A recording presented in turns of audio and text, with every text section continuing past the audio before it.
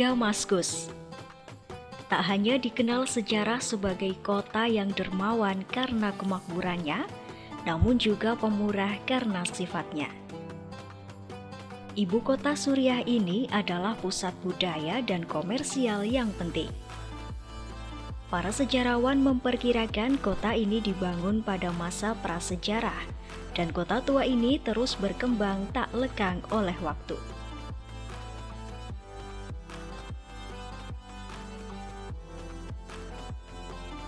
Kota tertua di Timur Tengah ini didirikan pada milenium ketiga sebelum Masehi. Meskipun Damaskus terkenal sebagai kota kuno, namun masih belum jelas kapan tepatnya oasis itu pertama kali dihuni. Penggalian pada tahun 1950 menunjukkan bahwa pusat kota ada pada milenium keempat sebelum Masehi di Tal al-Salhiyah, Tenggara Damaskus. Tembikar dari milenium ketiga sebelum Masehi telah ditemukan di kota tua dan disebut Damaski, yang ditemukan di tablet tanah liat di Ebla yang berasal dari periode yang sama. Referensi tertulis pertama yang pasti tentang kota ini ada dalam tablet hieroglif Tel el Amarna di Mesir, di mana kota tersebut terdaftar di antara wilayah yang ditaklukkan oleh Thutmose III pada tahun 1490 sebelum Masehi.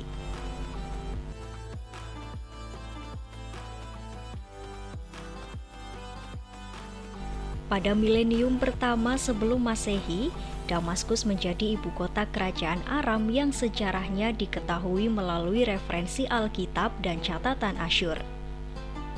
Jejak material penting dari periode itu adalah ortostat basal atau lempengan batu yang menggambarkan sphinx bersayap ditemukan selama penggalian di Masjid Agung. Pada abad-abad berikutnya sebelum Masehi, Damaskus jatuh seperti ibu kota lainnya ke tangan penakluk asing, yaitu ke Asyur pada abad ke-8, Babilonia pada abad ke-7, Persia pada abad ke-6, Yunani pada abad ke-4, dan Romawi pada abad ke-1.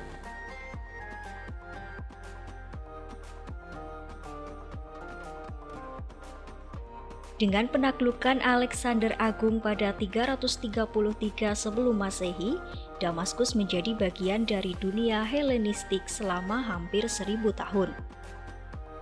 Permukiman Aram hidup berdampingan dengan pemukiman Yunani baru yang mengikuti rencana Hippodamian atau ortogonal. Penggabungan ke dalam Kekaisaran Romawi melanjutkan tradisi Helenistik dan memberi Damaskus status dan anugerah yang patut ditiru dari sebuah metropolis di bawah Hadrian yang memerintah pada 117 sampai 138 Masehi dan sebuah koloni di bawah Severus Alexander yang memerintah pada 222 sampai 235 Masehi. Terdapat benteng di sudut barat laut sebagai fondasi Romawi. Sekitar 660 kaki atau 200 meter dari sebelah timurnya, terdapat Masjid Agung Damaskus yang dibangun oleh Bani Umayyah di situs yang sama dengan gereja Bizantium Santa John, kuil Romawi Jupiter, dan tempat suci Aram dari Hadad.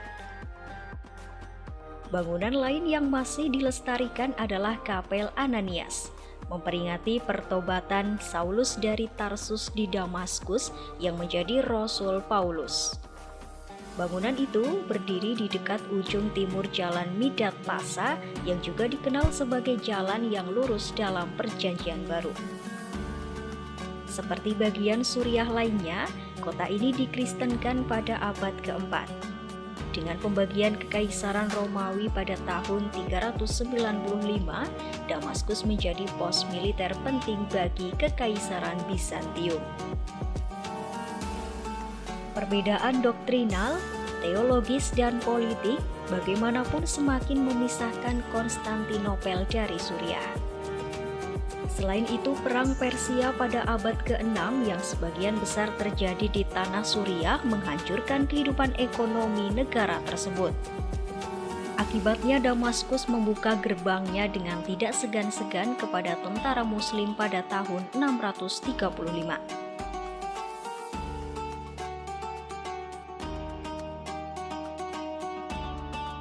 Pada tahun 661 Muawiyah, Khalifah Umayyah pertama mendirikan istananya di ibu kota Suriah dan mendirikan pusat pemerintahan di sana.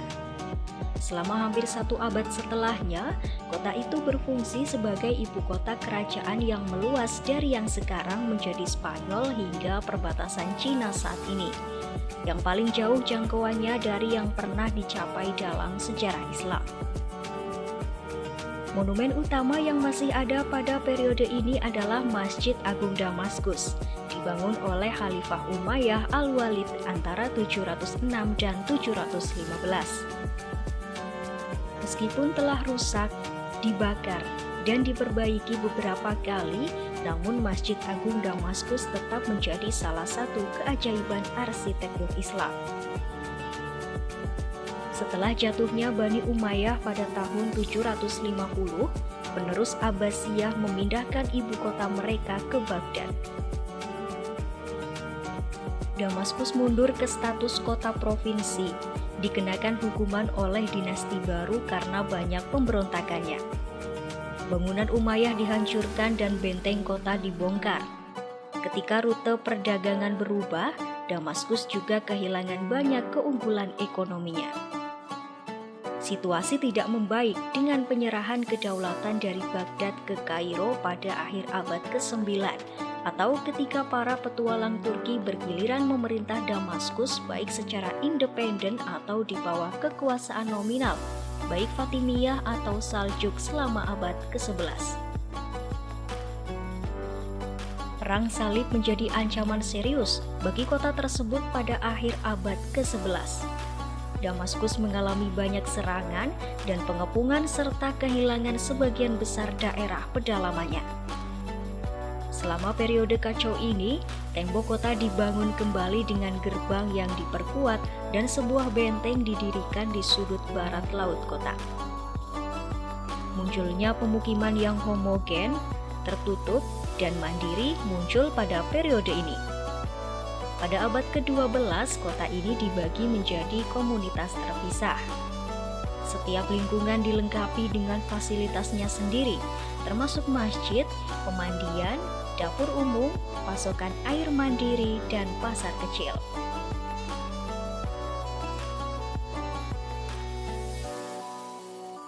Era baru dibuka ketika Nur al-Din, seorang emir atau komandan militer Turki yang kuat, merebut kota itu pada tahun 1154 dan menjadikan Damaskus sebagai ibu kota kerajaan yang kuat dan basis untuk kampanye militernya melawan tentara salib. Selama lebih dari 150 tahun, Damaskus adalah basis perjuangan Muslim melawan perang salib. Damaskus mengalami 2 bencana besar berturut-turut di tengah periode Mamluk. Yang pertama, wabah pes memusnahkan setengah dari populasi kota. Bencana kedua adalah penjarahan kota pada tahun 1401 oleh Timur, disertai dengan kebijakannya untuk mendeportasi pengrajin terampil ke ibu kotanya sendiri di Samarkand atau sekarang Uzbekistan.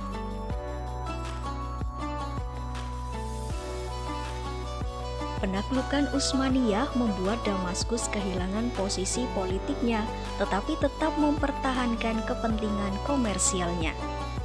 Penggabungan Timur Tengah dan Balkan menjadi satu kerajaan yang memfasilitasi perdagangan internal.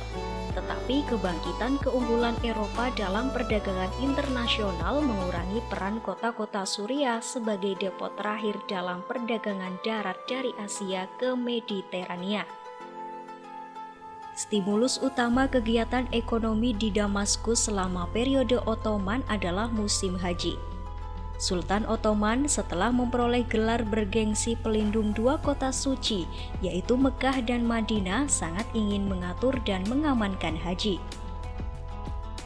Damaskus sebagai pusat kota terakhir di jalan dari Anatolia ke Mekah, ditetapkan sebagai stasiun pertemuan resmi bagi para peziarah yang datang dari utara dan timur, Akibatnya, menampung jemaah haji selama musim haji menjadi kegiatan komersial utama kota ini.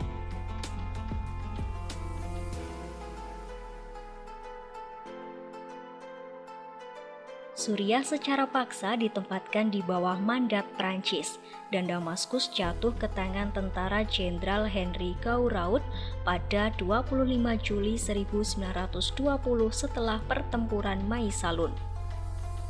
Damaskus menolak pengambil alihan Prancis, dan meskipun Prancis membombardir kota itu pada tahun 1925, perlawanan berlanjut hingga awal 1927. Sebuah rencana kota baru segera diberlakukan yang menghasilkan barisan perumahan modern di sekitar kota tua yang secara efektif memisahkannya dari Al-Qutah. Di kota modern ini, norma-norma sosial, budaya, dan arsitektur Eropa secara langsung bersaing dengan norma-norma tradisional. Tahun-tahun Suriah di bawah mandat Prancis menyaksikan aktivitas politik yang intens yang mencakup seluruh spektrum ideologis, termasuk liberalisme, komunisme, dan yang terpenting nasionalisme Arab. Orang-orang Damaskus bersama dengan rekan senegaranya berjuang untuk kemerdekaan negara mereka dan untuk tujuan yang lebih luas dari satu negara Arab. Partai Baath yang didedikasikan untuk tujuan ini didirikan di Damaskus selama Perang Dunia II. Periode mandat berlangsung hingga April 1946 ketika pasukan Prancis akhirnya meninggalkan negara itu, dan Damaskus berhasil menjadi ibu kota Suriah yang merdeka. Damaskus kontemporer adalah kota metropolitan modern. Terlepas dari modernisasi yang cepat, serta periode pengabaian dan keserakahan selama ribuan tahun, Damaskus sejauh ini berhasil bertahan dengan inti uniknya yang utuh.